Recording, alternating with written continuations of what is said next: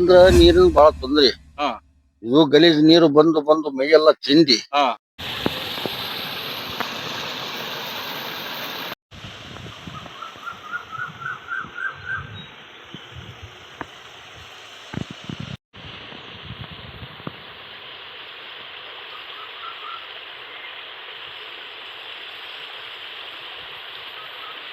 ವೀಕ್ಷಕರೇ, ನಮಸ್ಕಾರ. ನಿಮ್ಮಲ್ಲಿ ಒಂದು ಮನವಿಯನ್ನು ಮಾಡ್ತೇನೆ. ಏನಪ್ಪಾ ಅಂತ ಹೇಳಿದ್ರೆ, ನಮ್ಮ ಸುದ್ದಿ ತಮಗೆ ಇಷ್ಟ ಆದಲ್ಲಿ ದಯವಿಟ್ಟು ಸಬ್ಸ್ಕ್ರೈಬ್ ಮಾಡಿ ಅಂತ ಕೇಳ್ಕೊಳ್ತಾ ಇವತ್ತಿನ ಸುದ್ದಿಯನ್ನು ಪ್ರಾರಂಭ ಮಾಡ್ತೇನೆ. ಇವತ್ತು ನಮ್ಮ ಸಂಡೂರಿನ ನಾರಿಹಳ್ಳ ಜಲಾಶಯ, ಸಂಡೂರು ಪಟ್ಟಣಕ್ಕೆ ಮತ್ತೆ NMDC ಇನ್ನು ಇತರ ಹಳ್ಳಿಗಳಿಗೆ ಕುಡಿಯುವ ನೀರಿನ ಮಾದ ಆಕಾಂಕ್ಷಿಯ ಯೋಜನೆ ಆಗಿರ್ತಕ್ಕಂತ ಹಳ್ಳವನ್ನು ನಂಬಿರ್ತಕ್ಕಂತ ಸುಮಾರು ಸಾವಿರಾರು ಗಟ್ಟಲೆ ಜನರ ಜೀವನ ಮೇಲೆ ಯಾವ ರೀತಿ ಪರಿಣಾಮ ಬೀರುತ್ತೆ ಅನ್ನೋದಕ್ಕೆ ಒಂದು ರಿಯಾಲಿಟಿ ಆಗಿ ತೋರಿಸುವಂತ ಒಂದು ಪ್ರಯತ್ನ ಮಾಡ್ತೇವೆ. ಕಾರಣ, ಇವತ್ತು ನಾನು ಸಂಡೂರಿನ ಪಕ್ಕದಲ್ಲೇ ಇರ್ತಕ್ಕಂತ ನಾರಿಹಳ್ಳ ಜಲಾಶಯದಲ್ಲಿ ಇದ್ದೇನೆ. ಈಗ ಜಲಾಶಯದಲ್ಲಿ ಸಂಡೂರಿನಲ್ಲಿ ನಮ್ಮ ಸಂಡೂರು ಪಟ್ಟಣದ ಇದು ಜಲಾಶಯ, ನಾರಿಹಳ್ಳ ಜಲಾಶಯಕ್ಕೆ ಹೋಗತಕ್ಕಂತ ಹಳ್ಳ ಇದು. ಈ ಹಳ್ಳದಲ್ಲಿ ನಮ್ಮ ಸಂಡೂರಿನಿಂದ ಬರ್ತಕ್ಕಂತ ಚರಂಡಿ ನೀರು ಅಂತ ಹೇಳಿದ್ರೆ, ಸಂಡೂರು ಪಟ್ಟಣದಲ್ಲಿ ಎಲ್ಲದಕ್ಕೂ ಸ್ನಾನ ಮಾಡ್ಲಿಕ್ಕೆ ಆಗ್ಬೋದು, ಮತ್ತೆ ಇನ್ನೊಂದು ಇತರೆ ಎಲ್ಲಾ ಕಾರ್ಯಗಳಿಗೆ ಉಪಯೋಗಿಸ್ತಕ್ಕಂತ ನೀರು ಸೀದಾ ಬಂದ್ಬಿಟ್ಟು ಈ ಹಳ್ಳದಲ್ಲಿ ಸೇರಿರ್ತಕ್ಕಂಥದ್ದು.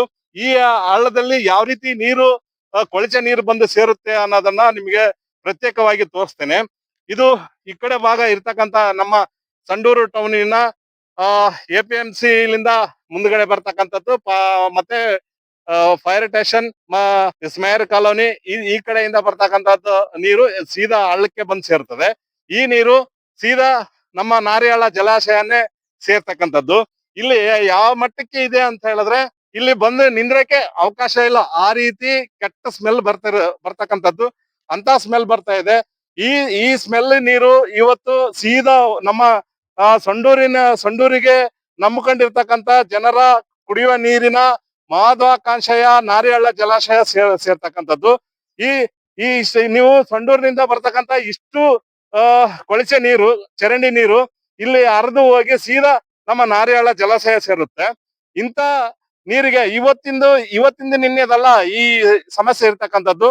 ಸುಮಾರು ಯಾವತ್ತು ನಮ್ಮ ಸಂಡೂರು ಪಟ್ಟಣ ಸ್ಥಾಪನೆ ಆಯ್ತು ಅವತ್ತಿಂದ ಇವತ್ತಿನವರೆಗೂ ನಮ್ಮ ಸಂಡೂರಿನ ಜನ ಅವರೇ ಉಪಯೋಗ ಮಾಡಿರ್ತಕ್ಕಂತ ನೀರು ಅವರೇ ಕುಡಿತಕ್ಕಂತ ವ್ಯವಸ್ಥೆ ಇದೆ.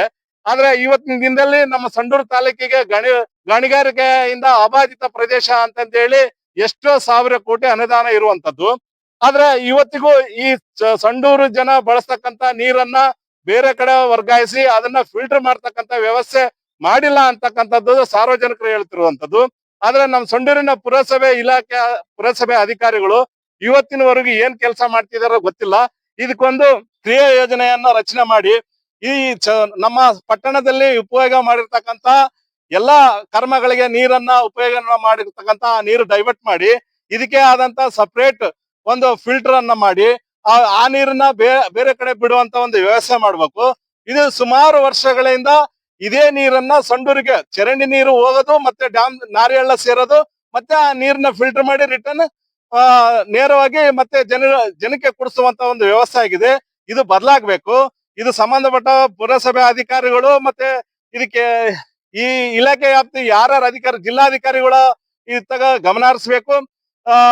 ಗಮನ ಹರಿಸಿ ಈ ಕಡೆ ಇರ್ತಕ್ಕಂಥ ಜನಪ್ರತಿನಿಧಿಗಳು ಸತಿ ಇದನ್ನ ಬಹಳ ಗಂಭೀರವಾಗಿ ಪರಿಗಣಿಸಿ ಈ ಒಂದು ಈ ಕೆಟ್ಟ ನೀರನ್ನ ಕುಡಿತಕ್ಕಂಥದನ್ನ ಸಂಡೂರು ಜನಗಳಿಗೆ ಅವಾಯ್ಡ್ ಮಾಡ್ತಕ್ಕಂತ ಒಂದು ಕೆಲಸ ಮಾಡ್ಬೇಕು ಅನ್ನೋದು ಸಂಡೂರಿನ ಜನಗಳ ಪ್ರಶ್ನೆ ಆಗಿದೆ. ವೀಕ್ಷಕರೇ, ನಿಮ್ಮ ಹೆಸರು ಹೇಳ. ನಮ್ಮ ಹೆಸರು ರಾಮಚಂದ್ರಪ್ಪ ಅಂತ ಹೇಳಿ. ಏನ್ ಸಮಸ್ಯೆ ಆಗ್ತಾ ಇದೆ? ಸಮಸ್ಯೆ ಅಂದ್ರ ನೀರಿನ ಬಾಳ ತೊಂದ್ರೆ.